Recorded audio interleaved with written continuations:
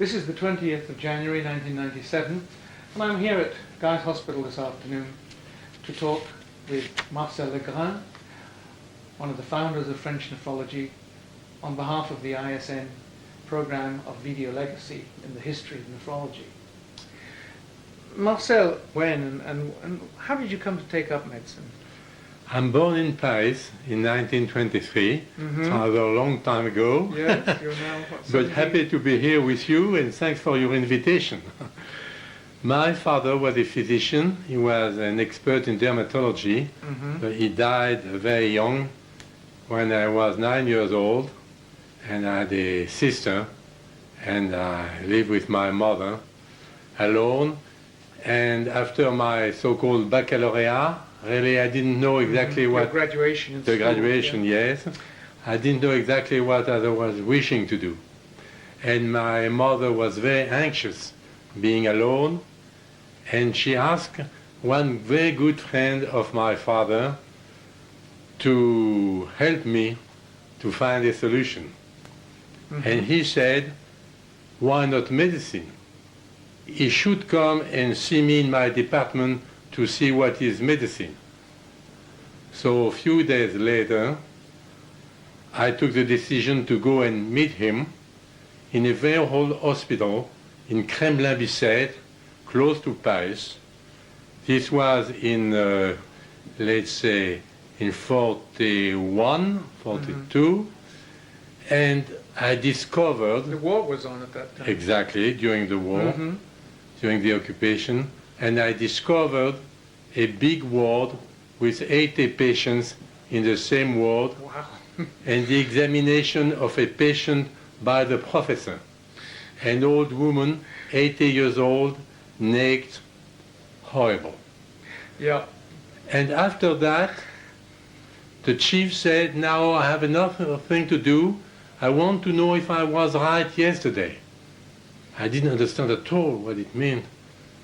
And it was just to go to the place where autopsy were performed to see if really was right, saying that the liver was big or small, I don't remember.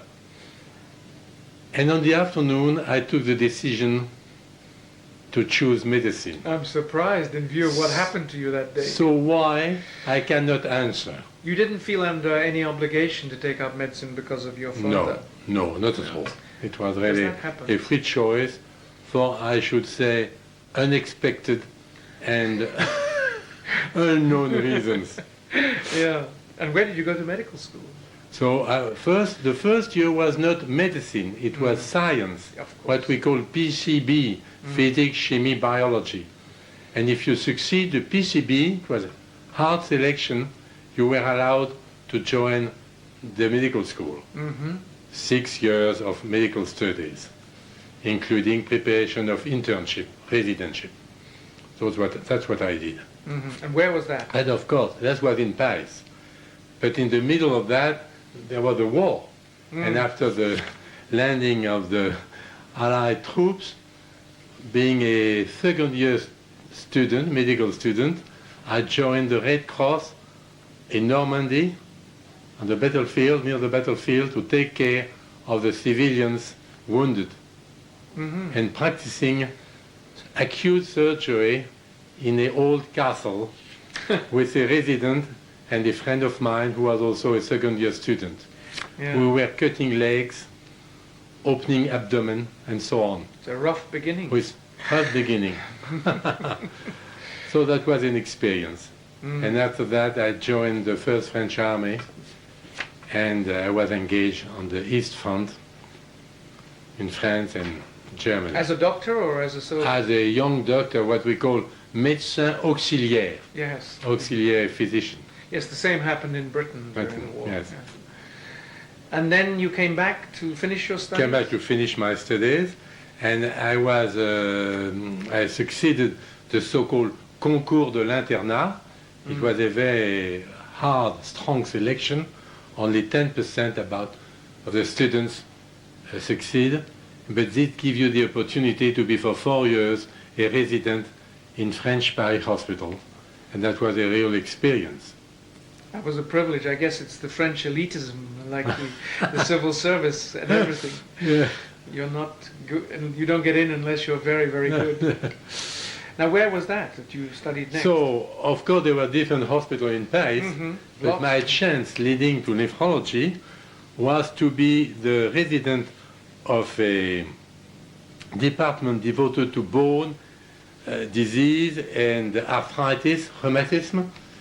And there, I had a very good friend of mine who was also resident in the department of Dr. Desraux. And one day at lunchtime, he told me, Marcel, you have a chance. One resident has given up his place reserved as resident in the department of Dr. Desraux, and I'm pretty sure that you will be interested working in this department. They expect in the coming month an artificial kidney. You are interested in biology, and you should ask the chief to make reservation for you to come there 1 year later. So that's what I did. Had an interview with the chief. He said, you are the first one to ask the place, it's for you. So on April 49, I was resident in the department of Dr. Desraux. He was an internist at that time. He was an internist, but already interested in both renal disease and diabetes, but as an internist. But he was interested in renal disease, and he suffered a lot of seeing young people dying of acute renal insufficiency. He could not tolerate that at all. And he had some information about golf work and artificial kidney. And he said, I must go there and meet Dr. Kolff. So we went to Kampen in 48 and asked Kolff to have the details to build a new artificial kidney similar to Kolff apparatus. And Kolff said, yes, why not? Here are the map, the plans of my artificial kidney. It's for you. Kolff was very generous. Yes. Not only did he give away the plans, of course, he built, I think, 12 or 14 kidneys and gave them away to different places. Exactly. Including Boston, which we'll talk about And in a minute. the plans were used by the engineers of the so-called Assistance Publique in Paris, and we had exactly the Kolff kidney with few details, little different, but really very similar. This was by 1949. That was 1949. Desraux was obviously a major influence in your training and your... Oh yes, definitely. He That turned was you into a mentioned. nephrologist. That's a place where I discovered renal disease, treatment of acute renal insufficiency, and I was really feeling happy working to treat renal insufficiency. What was Desraux like as a person, Oh, as a physician? very nice.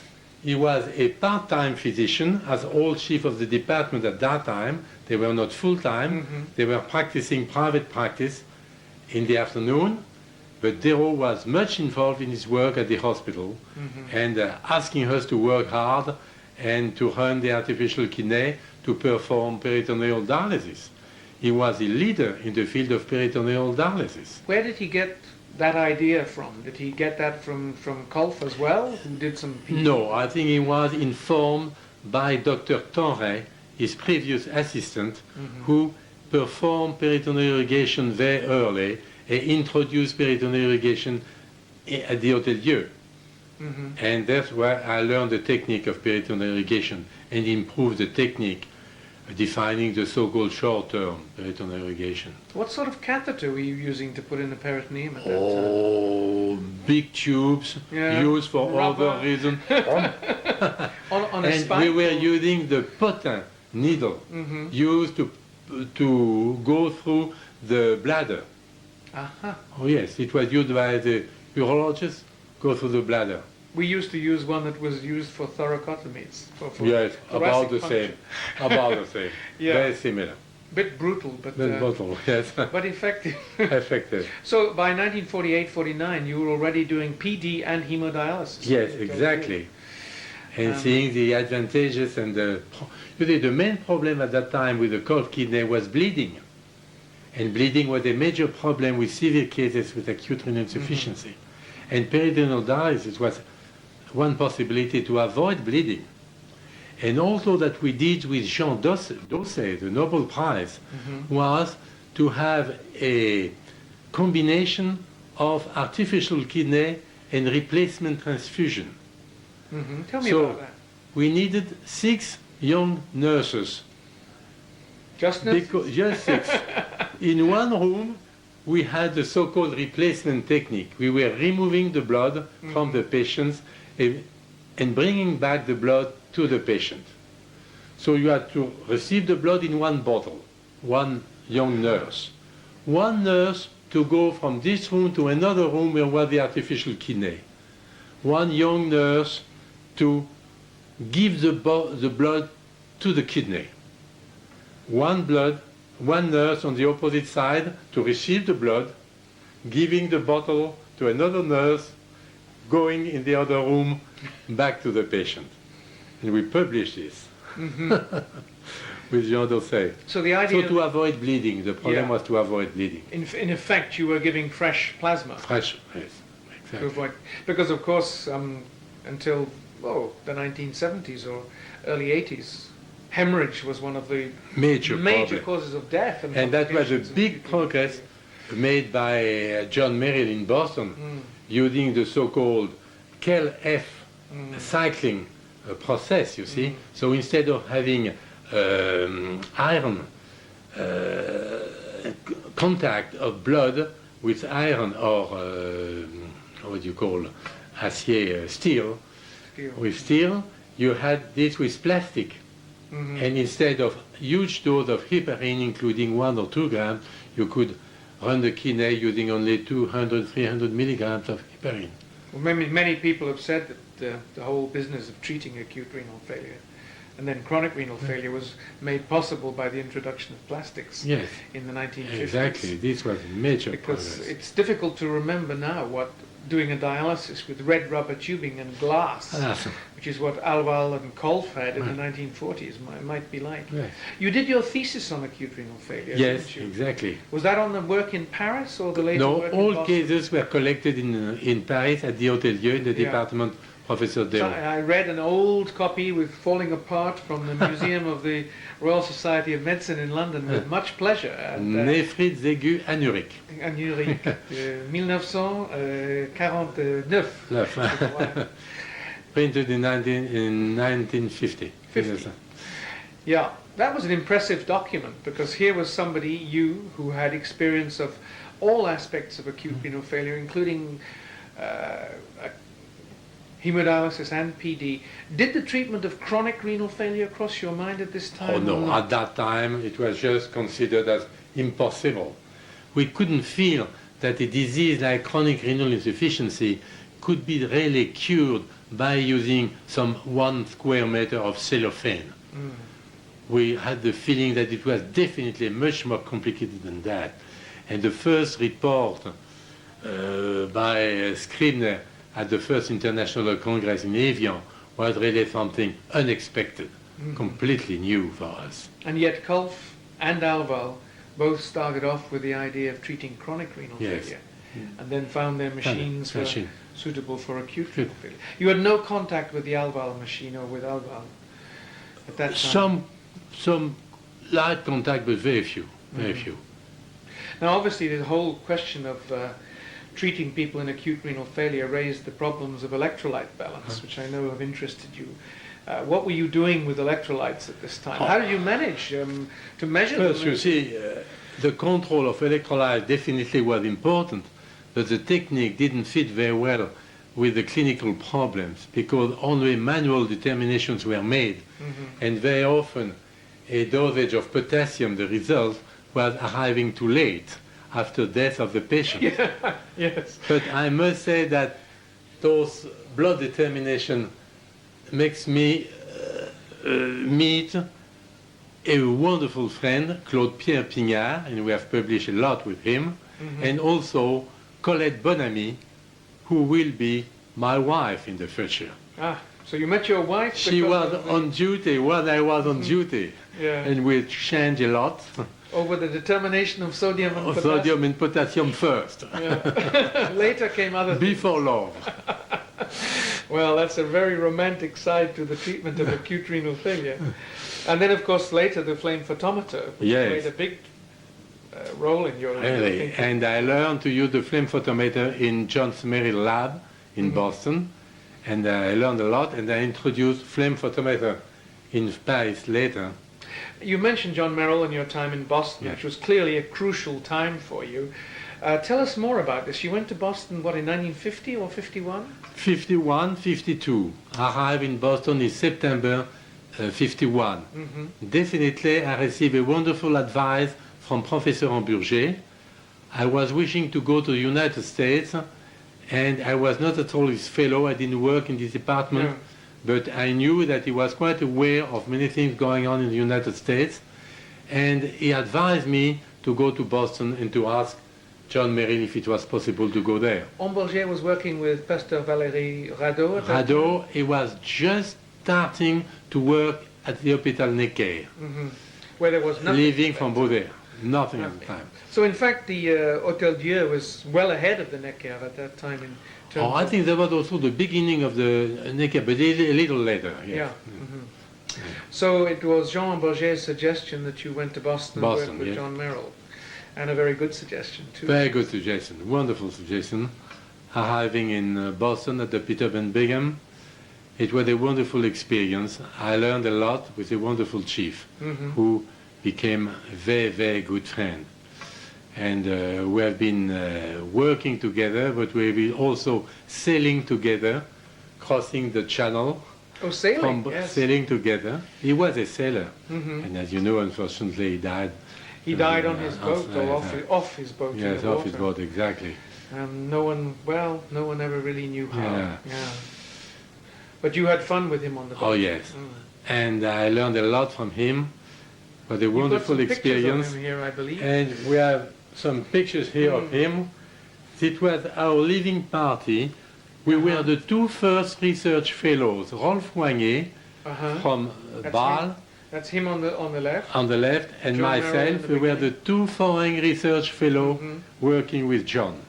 And for the leaving party, we decided to offer to the lab a fondue. And this is John Merrill And making John the Merrill fondue, making or the just- fondue. Yeah, just putting That's his, something wonderful. yeah, that's nice. And here is another picture of the artificial kidney at the Peter yes. Van Bingham This was with the the cul- rotating drum made and in metal. rolling the cellophane using Yeah. the rotating drum. This is the act of rotation. Oh, this Of business. rotation, How yeah. long did it take to prepare one of these kidneys? Oh, I should say 1 hour.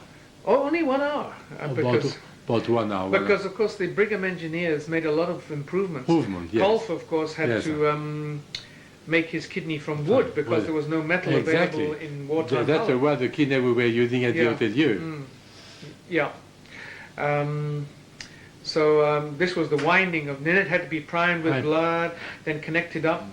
But by this time you were using plastics. Oh, yes. Yeah. So that was an improvement over the red rubber because Yes. I think one of the problems with rubber was that it produced tremendous reaction. A in the reaction, patients. exactly. Everyone got a fever, rigors, chills, and that was terrible. and the patients were And very definitely the Brigham type was far different, and with a clinical tolerance, definitely much better. What sort of a man was Merrill? I mean, he's one of the people we are very sad not to be able to talk with now. I should say he was friendly, as you could see Yes, on this the fondue. picture, the fondue. He was friendly. He was working hard, large clinical experience, and making rounds with him, speaking, hearing him speaking with the patient, giving advice to the patient was a real experience. And I see his clinical experience was really something very important. But he was also well informed of the new biochemical problems involved in the analysis of electrolyte disorders. And it was the beginning of the description of ECG abnormalities in relation with electrolyte disorders. The potassium EKG determinations with the potassium disorders was something wonderful. And we were working in John's lab on dogs with Rolf Wagner and other researchers, American young people, to try to describe the effect of changing potassium level and the effect on the heart. So we had a bath, we were preparing the fluids to have change in the potassium of the dogs and looking at the EKG. And this was the first description of those electrolyte disturbances. You also looked, I believe, at the toxicity of urea at that time. Exactly. So we were all convinced that urea was not toxic.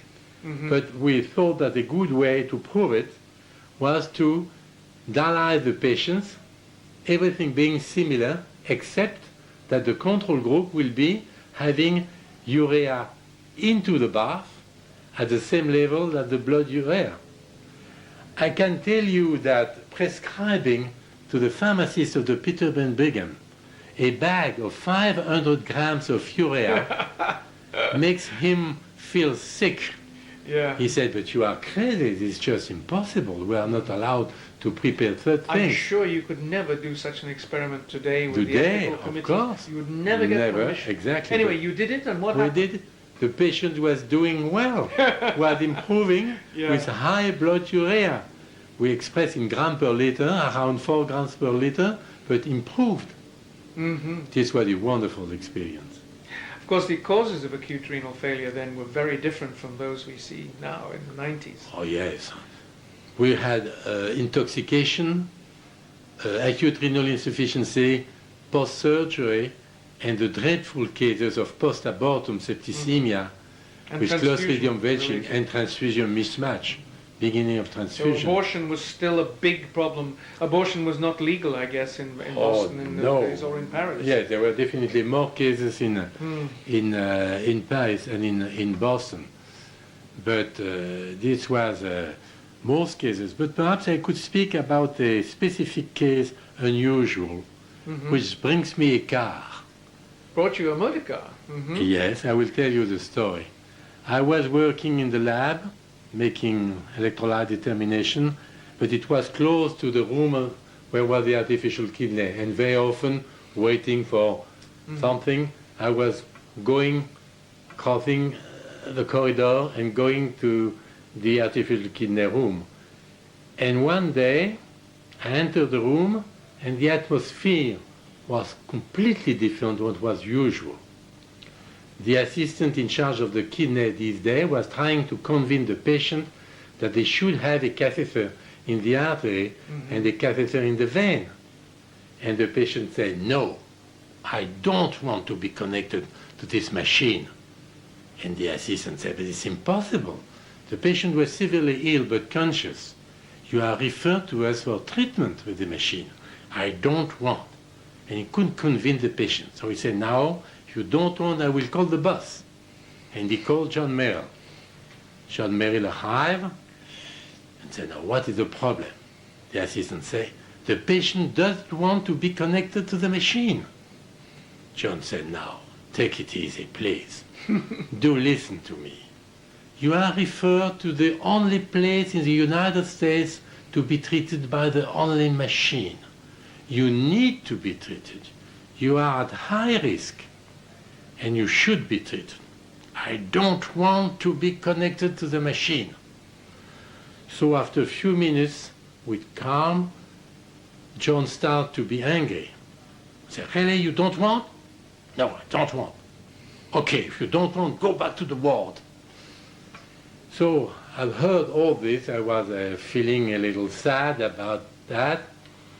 And during the discussion, I had time to look at the dossier, and I could see that the patient had acute renal insufficiency in relation with acute pyelonephritis in relation with Staghorn calculi. I had some experience with Staghorn calculi. So I said, this is a problem. Now I must help this patient. So I'm going to wait a little, and I will give him a visit in the ward. So after half an hour, I went to the ward, joined the patient, and said to him, now, you are wrong. You were referred for the treatment of the artificial kidney, and this was right. You should have said yes. But it's like that. Now let me tell you, I hope that you will cure without the artificial kidney. And I said, goodbye, I'll see you perhaps again. And I left. Perhaps. And during the night, I thought about the patient quite a lot. And next morning, instead of going directly to the lab, I went through the ward to see how was the patient. And I looked immediately at the urine bottle, and there were 1 liter of urine in the bottle. So the effect of the antibiotics had a good effect on the renal function, treating pyelonephritis, and the patient recovered. That is the beginning of the story. 2 weeks later, John's secretary called me. I was in the lab, said, somebody is asking for you. He wants to speak to you. I said, okay, I'll come. And there was the patient. And the patient told me, dear Froggy, you have been very nice with me. He remembered my accent. You are very nice with you have been very nice with me. I want to tell you, I'm the chief mechanician of a big garage of Boston, and I'm pretty sure it was in December, snow everywhere, very cold. I'm pretty sure that next spring you will be wishing to cross the country. United States was to be crossed. And you have to come and see me. I will help you to have a car. I said, okay, thank you very much. Bye-bye. I must say that early April, I didn't think about going and see the chief mechanics of this garage. But at the end of April, the secretary of John said, Marcel, somebody asking for you. I said, yes, I come. It was always the patient. He said, you don't remember what I told you when I recovered? I said, yes, I remember, but I didn't want to disturb you. Look, come and see it. Come at the window. Look on the parking place. You see the blue car there? This car is for you. Okay? But I want, come with me, come and see the car. I look at the car, how do you feel? It was a Plymouth Deluxe, blue. I said, it's just wonderful. I said, pay attention. Let me open. So he opened the back door and said, now, it's blue outside, but it's yellow inside. Crikey. I say, so you see, it's a yellow cab. You have seen the counter? Yeah, I said, yes, 170,000 miles. No, it's more than 300,000 miles. But for $200, you will have a new engine. I say, it's wonderful, $200. We want to cross the States. Mm-hmm. We are four friends from France working in Boston, and 200, that's possible for us. Okay, we can afford that. Okay, come, 1 week from now, the car will be ready. I did it. And he said, look at the car, is it fine? Oh yes, it's very fine. Is everything fine? Let me look a little better. I say, I don't think the jack, the thing you said, the crick, you say the jack. I don't see a jack. Oh yes, you need a jack to go to San Francisco, you need a jack. Yes. Don't worry. So the car closed with a wonderful Cadillac. It just opened the back door and said, here is a jack, it's for you. I said, I have to pay for that. No, no, no, they are so rich, don't worry. And I said goodbye to him. And I sold the car in San Francisco for $150. That's a lovely story. So that's a story. Acute renal insufficiency from renal stone, acute pyelonephritis. Yeah, well, it just shows that not everybody needed dialysis. So you came back from Boston to Paris again after just 1 year in Boston. Yes. And you brought back with you the flame photometric? No, I didn't brought back the flame photometer, but I asked the chief where I work, I will tell you why, to buy one. Mm-hmm. And we had to join the chief of the National Institute of Research of this period to have a special help to buy the flame photometer. So this was Professor Fay at the Clinique Urologique at the Hôpital Cochin. Because coming back from the States, I was decided to work still and to help the team of Professor Dero to run the artificial kidney, to perform peritoneal dialysis, but I was asked by Professor Fay when he was in Boston to be the chief of his biochemical lab at the clinical, at the professor of urology in the Department of Urology of Hôpital Cochin. There were two departments of urology at the time in Paris, one in Necker and one in Cochin. So I worked both at Cochin and at the Hôtel Dieu.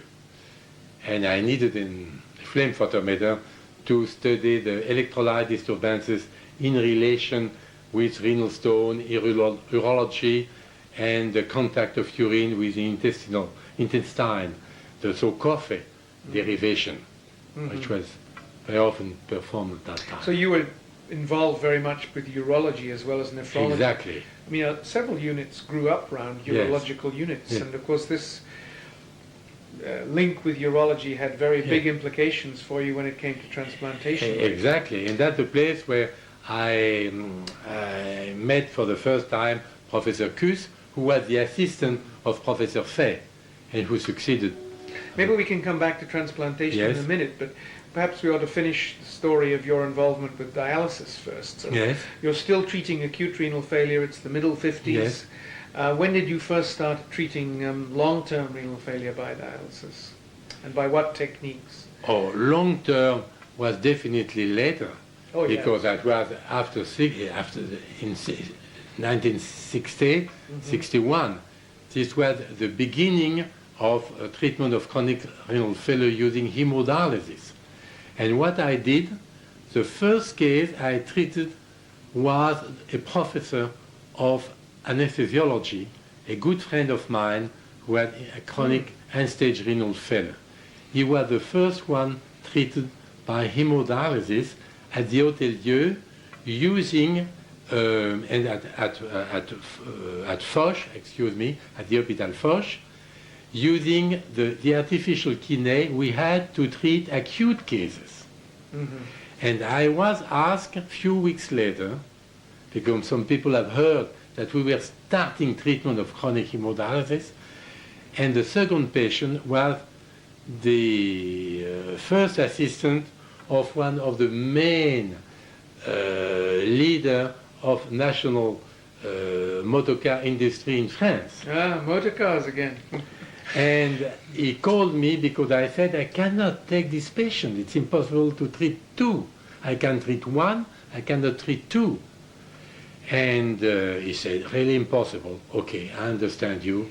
I will try to behave according to what you told me. What shunts or access were you using? You said that earlier that Scribner's paper in 1960 was a revelation to you. Or we were using the system where we were using for acute renal insufficiency. Yes, still cutting down on vessels exactly. Destroying arteries. Destroying, yes. So you didn't have the Teflon or the Silastic at that point? No. No. And what sort of dialyzer were you using on these patients to begin with? Oh, we were using the rotating.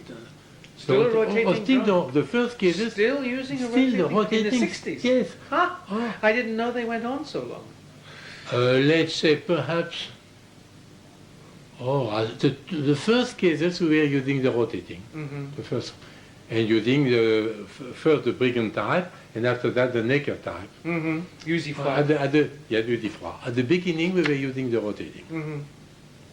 That's And peritoneal dialysis. Yeah.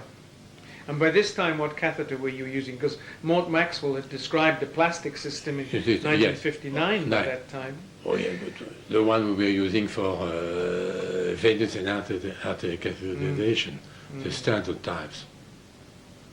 So it was a pretty rough beginning for... Yeah, that was a rough beginning, but let's see. I started to use peritoneal dialysis in the United States for a patient with transplantation, with a transplant kidney, in 52. 52. I was asked, it was the early beginning, but perhaps we shall speak about early transplantation later. And I was called at 2 a.m. I was living downtown Boston. Marcel, do come and put your needle into the belly, because otherwise the patient is going to die. He was a transplanted case, a non-functioning kidney, severe hyperkalemia, and they didn't want to hemodialyze him because of the risk of bleeding. And they thought that the patient dialysis was better.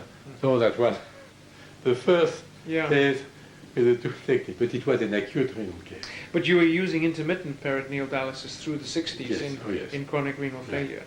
And like everyone else, I guess, during the 60s, you set up a long-term dialysis unit, actually. Still exists and is still treating patients. Maybe we should go back and retread our steps a little and go back to your involvement with urology and the beginnings of transplantation in your part of Paris, because of course the first transplants, I suppose, in France were done at the Necker in the early 50s. Yes, you see, the non-identical twin was performed early in the beginning, I think in February or something like that, 60, at Necker Hospital, following the non-identical twin in Boston. Mm-hmm. And Cus and I were quite aware of such results, good results, and Cus was wishing to start a transplantation program. And we were working every day together at Cochin. I was the medical assistant of the surgical team and the chief of the lab, as I told you. And he said, now, Marcel, we have to start a transplantation program, and I want you to help me as a nephrologist and taking care of the renal insufficiency of the patients.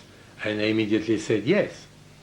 But I was working at the Hôtel Dieu, where the place to perform such surgery was not adequate. At Cochin, it was the same. And Cus was also working at the Hôpital Foch, where there was an intensive care unit, excellent, outstanding, with Nede and Vurch, who had a large experience of intensive care. And we took the decision, Cus and I, to develop the transplantation program at the Hôpital Foch. Mm-hmm. And we took the decision to do this as a plus to our own activities. We were already full-time. Mm-hmm. And we took the decision... This sounds like nephrology all over again, 150%. We took the decision to perform the transplantation never before 8 p.m. and never after 4 a.m. And if possible, during the weekends. Mm-hmm. It was our timing. Our program started exactly the same way, as a matter of interest, in 67, a little later. Yeah. But you did very early on, and today unrelated living donor transplants are very much in the news, and people think there's something new, but I know that you did such a transplant very early in the 1960s, yes, which worked successfully. So the first one was from sister to brother. And here I have a photograph of sister to brother in his daily newspaper. Is the François of the original yellow newspaper. There is the recipient. The recipient. And here is the donor. And she's the sister or the... Sister. Just the sister. So it was brother to sister. Mm-hmm. And this was a very interesting, unusual case. The patient had carcinoma of one kidney, removed few years before by Cus. And he was developing carcinoma of the remaining kidney. And Cus thought about transplantation, but he was not wishing to perform transplantation if there were some clinical sign of metastasis. And he was wishing to be sure that the liver was normal. So the artificial kidney was at the Hôtel Dieu, the rotating drum. The patient should be operated at the Hôpital Foch outside Paris, in the near Paris, but outside Paris at Suresnes. Mm-hmm. And total irradiation should be performed outside Paris at Villejuif, under the control of Maurice Tubiana. So we took the decision to transfer the patient to Foch, to make surgery if there were no metastasis. So you had laparotomy. Laparotomy to remove the kidney. Anuric patient, back to the Hôtel Dieu. hemodialysis. After that, total body irradiation at Villejuif. After that, Hôpital Foch for transplantation. What a business. And this is the patient 2 months after transplantation. So this was the first case. He lived 2 years, about 2 years, and developed later metastasis and carcinoma and died from carcinoma. Oh, he did get a recurrence. Yes, it was not from rejection. Not I from didn't realize rejection. that. You were using, of course, like everyone, I suppose, at that time in the very early 60s, irradiation. For immunosuppression. How did you organize that? You said it was at another hospital. Yes, it was organized with the collaboration of Maté and Tubiana. And Maté was very much involved in that field, and he has been in charge of treating the Yugoslav who have been the victims of the total irradiation with the nuclear accident. So they had sublethal radiation? Yes, we started with 650 rads. Definitely That's it was too much. lethal. Near lethal. I thought 400. So was the second one had only 400. Yeah. But we have an intensive care unit with a so-called sterile room at Hôpital Foch, where the patient was maintained there for at least 2 weeks until the leukocytes were coming up again. And the second case, at an early age, the first unrelated case. This is what I wanted to talk about a minute, because So this is... the decision was taken by me in such circumstance. The patient was going to die of renal insufficiency, and his family was wishing to give a kidney. And he had brothers and sisters. And one sister was really wishing to give. I knew the family was a very strong family, and the sister couldn't give the kidney because she was ABO incompatible. And they were there, and she was there with her husband.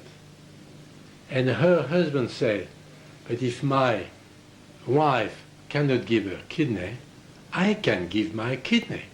So he was the brother-in-law. Quite unrelated. Quite unrelated. 1962. Exactly, quite unrelated. Yeah. And ABO compatible. And I said, why not? And with Cus, we took the decision to do it. And it was definitely successful. And it worked for a rather long time, but unfortunately, at the end, we had loss of the kidney by chronic rejection. But for almost 2 years, it was really the first unrelated cases surviving after total body irradiation and transplantation. And it was a great success. Yeah. Tell me about Cus. It seems to me he's been one of the people who has been relatively forgotten. I mean, after all, the technique of Cus and Legrain is what more or less every transplant surgeon uses around the world. And yet his name is not current, I think, amongst nephrologists or transplanters. Cus was involved in a transplantation program very early. He worked around the 50s on transplantation and performed. He was among the 3 surgical groups in Paris working on transplantation. The Dubost group, Serval group, and Cus. And they performed transplantation on patients using cadaver kidneys, some coming from patients killed by the guillotine, and also... That's interesting in view of the recent debate about the use of executed prisoners in China. Not everyone knows that executed prisoners were used in France in the 1950s as an organ source. Exactly. And it just reminds us that these problems, these ethical problems, are not confined to developing countries. Yes. And there were also some, what we call the Matson kidney, where one kidney was removed for urological diversion. And the kidney was used also in Boston, was a free kidney. And this was used at that time by Cus. And he developed the technique using the so-called ureteral anastomosis.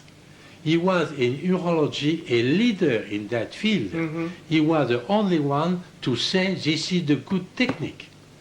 because there were some experimental work done, and many people did feel that the so-called ureteral anastomosis was no good, and it was better to perform ureteral bladder anastomosis. Mm-hmm.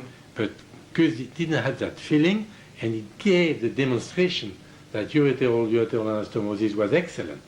And he was always putting the kidney in the lumbar region, and not in the thigh, as at the beginning in Boston.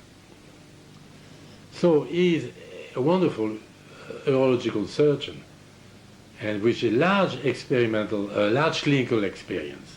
And a great innovator. Exactly. So you were still using irradiation for immunosuppression. I guess you must have changed like other people did. Yes, exactly.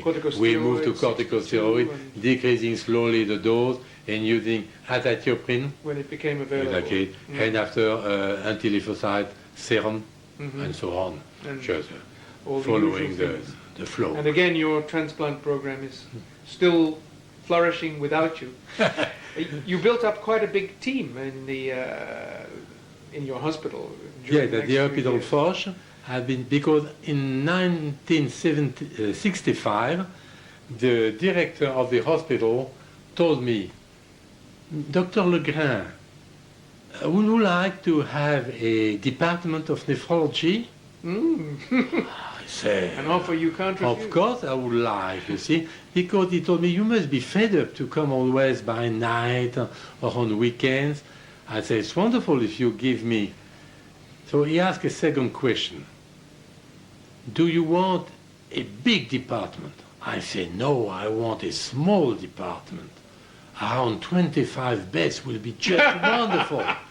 He said, it's just what I have. If you ask me more than that, it's impossible. If you are happy with 25 beds, it's okay. So they make arrangements, and we had on the 6th floor of the Hôpital Foch a department, on one side urology, on the other side nephrology, continuing the link. And the transplantation unit was included in this so-called uronephrological department. And perhaps I have some pictures. This is on the 6th floor, or on the 8th floor, I don't remember, I think the 8th floor. And this is the first unrelated transplant. In the middle. In the middle. And a young Marcel. And René Cuche. And René Cuche. And René Cuche. And the team. And the team. Here we are, smiling, the team. Yeah.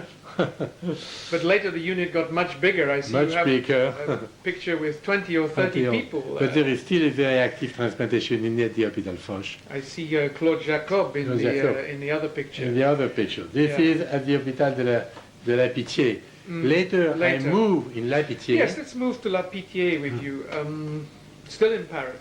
You have Paris. always remained a Parisian. You were born in Paris, you were trained in Paris, you practiced in Paris. And my parents were born in Paris, and my 4 grandparents were born in Paris. Wow. This is unusual. That's unusual. I was telling you earlier over lunch that in London, almost nobody who is in London was born in London. But you are a vrai Parisien. A Parisien. Happy to be. Yeah, happy. And my 4 children are born in Paris. And So they are continuing the tradition. 7 great children.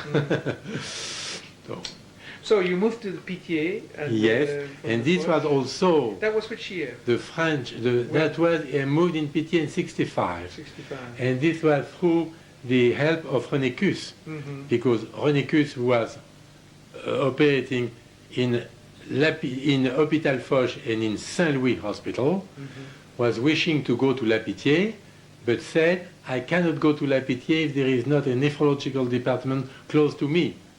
So they arranged dividing a surgical department, one half for heart surgery, with,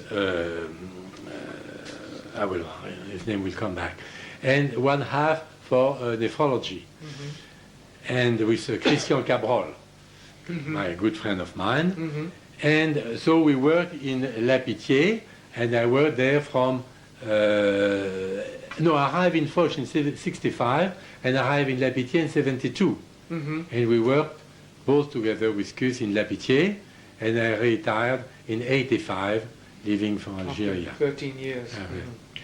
So that was the time when you did, if you like, you were at your peak and the main work. Now, your work during that time concerned not only nephrology, but also a big interest not only from Dérault. I believe you inherited this interest in diabetes and diabetic nephropathy. Tell us a bit about that. The main reason was very simple. It was the influence of Professor Dérault, because working at the Hôtel Dieu, I was facing many diabetic cases, because Professor Dérault was involved in diabetology since the beginning of his career. And when I left the Hôtel Dieu for the Hôpital Foch, Professor Dérault department was most exclusively a diabetic department. And of course, I had some close connection with his department. So I was always involved in treating diabetic patients. So as any expert in nephrology, we had to make the decision not to treat or to treat diabetic patients. Definitely they were high-risk cases, and at the beginning of chronic hemodialysis or chronic peritoneal dialysis and transplantation, to take the high-risk patient was not the right attitude. So between 1960 and 1970, we exclude diabetic patients from our program. But starting in 71, 72, we started to treat diabetic patients. And we were able, at the first international symposium on diabetic nephropathy, with Professor Keane, co-president with Harry Keane, of course, is an old friend of mine, and I worked with him since 1960 on diabetes. Yes. I started off in diabetes, not in nephrology, and worked with Harry Keane in 60 and John Butterfield from 60 to 62. So, of course, I know him very well. And you and he were co-chairman of co-chairman, and I was able to report 108 patients with diabetic nephropathy treated using hemodialysis, peritoneal dialysis, and transplantation. 11 cases were transplanted. Apart from Minneapolis, this must have been a unique experience at the time. I think in France, yes, it was unique. Because no one in Britain was doing that at this time. Only in America. And we could clearly say that they were high-risk patients, but since the beginning you could have excellent results, mainly when you were selecting the younger people. I think that sums up the situation in 1996, 1997. Yeah. So diabetes was a main theme in your life. And in La Pitié, which was a department with a very active department in diabetes, always. Professor Dérault had been working in La Pitié before. Who headed the diabetes unit at La Pitié? Professor now is Grimaldi, and before, let me, it's okay. We'll come back. And you worked, so you had a joint... So we were working together closely. Yes. So one of the themes that comes out of this is your ability to collaborate successfully with surgeons, with diabetologists, to produce good results for the patients, which is very, very important. And then, but eventually the time comes around when everybody has to retire, and most people look forward to doing, gardening and listening to music and things, but you took a rather dramatically different turn when you retired in 1984. Definitely, I took the decision to go to Algeria for a while. This is very interesting because now the ISN is heavily concerned, as we discussed before, with developing nephrology in different parts of the world, including Africa. But at that time it was not something that people from Europe or from America did very well. What made you go to Algeria? Did you know them very well? Had you experienced I will tell you. No family connection and no personal connection at all with Algeria before the independence in 62. And I was asked in 63 to give a lecture on acute renal insufficiency by Professor Drif, working at Mustafa Hospital in Algeria. And this was my first link with Algeria. Mm-hmm. After that, I had different links. I was called as consulting physician in different circumstances, including, for example, the disease of the President Boumediene, and we met there. Yes, together. we met over the president's sick bed, and unfortunately he was very ill. I was asked to give conferences, and my department in Foch first and at La Pitié later was selected by many young Algerians wishing to learn nephrology. Mm-hmm. So such connection have been something that I did appreciate very much. It's, to my heart, it was just wonderful. Mm-hmm. And they offered me the opportunity to go to Alger to teach nephrology for a 2 years, indeed 2 years and a half period. Mm-hmm. And I think that was just wonderful to stay for a while in the country with which I had close connection from 62 until 86. And I arrived there October 86 until January 89. And what did you do while you were there? Oh, that was mainly teaching. Mm-hmm. I was teaching at Mustafa Hospital and in the university hospital around Alger, so close to Alger, on Monday going always to Kolea, once every Thursday going Antaya, and every month going to Constantine and Annaba for a one-day teaching nephrology. Third biggest yes, cities exactly. in Algeria, yeah. This was a wonderful experience. Yeah. You must have seen many different things in Algeria from what you see in Paris, or? Yes, definitely. Medicine it is was different to in Africa. just consider what type of nephrology do you must develop in countries with a low financial income.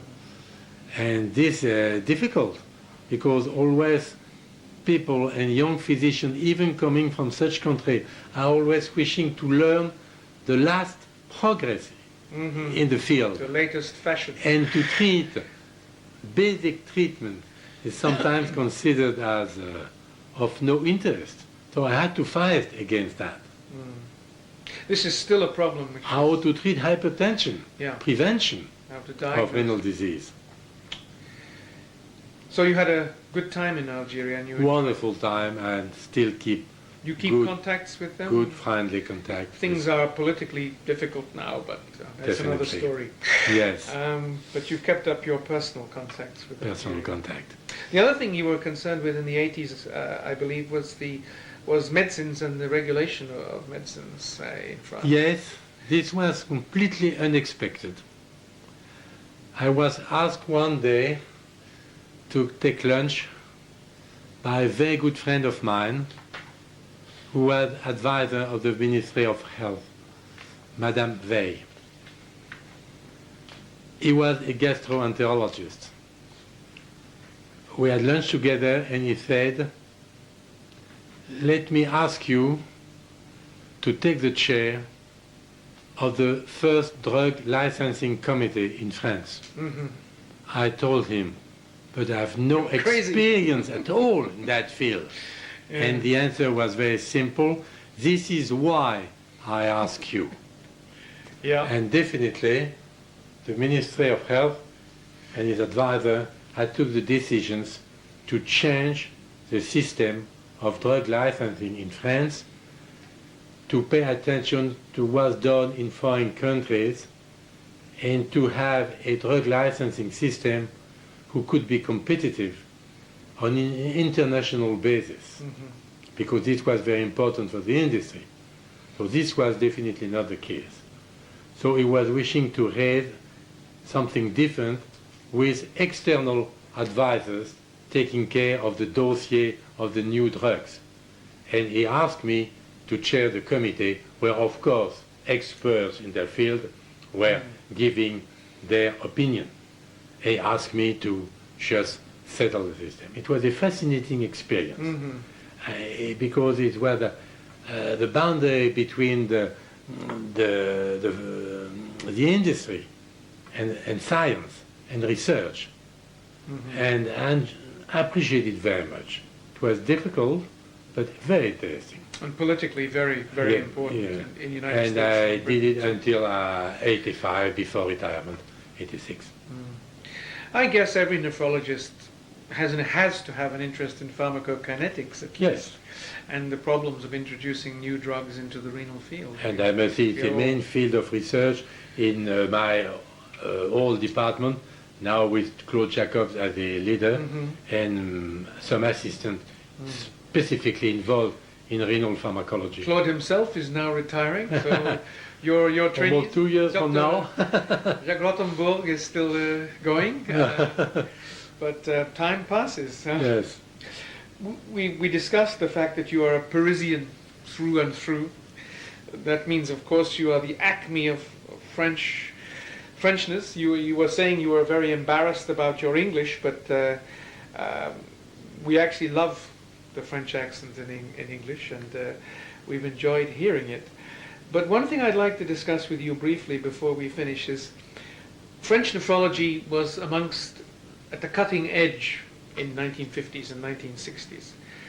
And yet, much of what was done, I think, was not appreciated adequately, especially in the United States rather than in the rest of Europe, because so much was presented and published in French. And for a while, as you well remember, the Gaullist government insisted on all papers being made in French at international congresses. I fought against it. I'm glad to hear it. Not because I don't love the French language, but can you give me some idea of your feelings about what has happened to French as a language of scientific communication in the last 20, 25 years? Do you feel sad or neutral or angry about it? Because undoubtedly French has gone down as a language of communication. I don't feel sad. I think that France should be part of the world science and has to use English language as a tool to exchange with other parts of the world. It's because we were unaware to exchange that we have been a little out of the system, and I fought against that. I was among the very few young researchers going to the United States after the war, very early.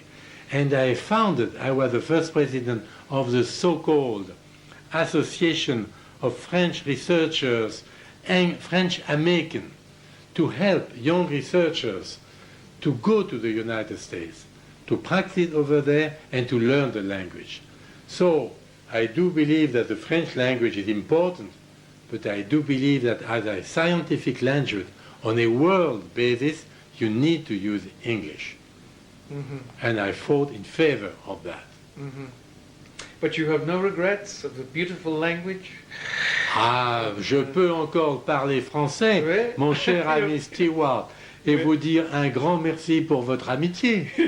Merci. On peut prendre un verre et un café ensemble. Oui. Nous l'avons fait à déjeuner. Oui. Il faut aller à Paris pour le répéter? Oui, bien entendu. Okay, the last thing I wanted to ask you about, you've had many honors in your career. I suppose one of the, reading through your CV, I suppose one of the peaks of that was your presidency of the European, well, the EDTA as it then was, and now the European Renal Association. Have you any reflections on the EDTA, ERA, and where it's going and what it has done and what it might do? I can speak about the past. I'm not involved in the present process, but I think it was very useful for nephrology to have such a society, and for Europe and for France, because many countries were out of the scientific world, and we fought against that, and I think it was a success. Two of the early meetings were held in Lyon and Paris. Yeah, I think it was very important for French nephrology and very important for European nephrology. We never met in Toulouse, where Jean-Michel Suc, who was He is a good friend of mine. As you know, we worked together to write a book, the so-called Blue Book, Le Petit Bleu, qui était un abrégé for the student, on l'appelait le petit bleu, qui était l'abrégé de néphrologie. It's a very good friend of mine. No, we will be meeting in Toulouse for the Société de Nephrologie 7 ans, later in October, but the EDTA never went to Toulouse, but it went to Lyon before Paris. This was the influence of Tréger. Jules Tréger is someone else one must mention in the history of French leader nephrology. of French nephrology. And finally, of course, the giant of French nephrology, I mean, apart from yourself and Gabriel Richet, was Jean Berger, whom unfortunately we cannot talk with now. Would you like to tell us a little about how you saw Jean Berger as a man and as a nephrologist, as a human being? Definitely, he has been the leader in the field of nephrology in France. And as I told you at the beginning, I had been wishing to receive his advice. He sent you to Boston. And when he told me the information about John Merrill's lab, and thanks again, definitely he was a leader with the first big department really involved in kidney disease at Necker Hospital. Even the old section and the new building after that. The Palais du Rhin. The Palais du Rhin. And, which was quite without precedent, I may say. There was nothing in the English-speaking world, either in America or in Britain or anywhere else in Europe, to compare with what the Amberger had at the Hôpital Necker in the 60s and 70s. Yes. He had definitely a very strong power. He was recognized as a leader by the nephrologists, but as a leader by the political power and by the financial power. So he was able to help us. And I was with him also at the Commission nationale d'hémodialyse et de transplantation. And we were developing a social approach on a national basis. And definitely was a leader. What was he like as I mean, I met him, of course, many times. But how did you see him as a person? Easy? Difficult?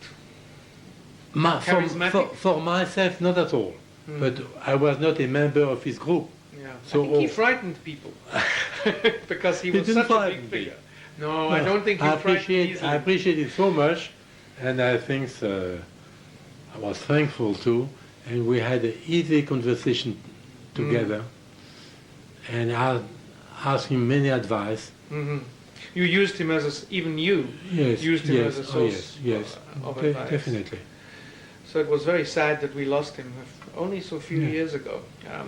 And I feel still the Anglo-Saxon world has not sufficiently realized what they lost and what his achievements were. We very much need to preserve his memory and in fact to detail his achievements historically, and that's why I'm asking you now.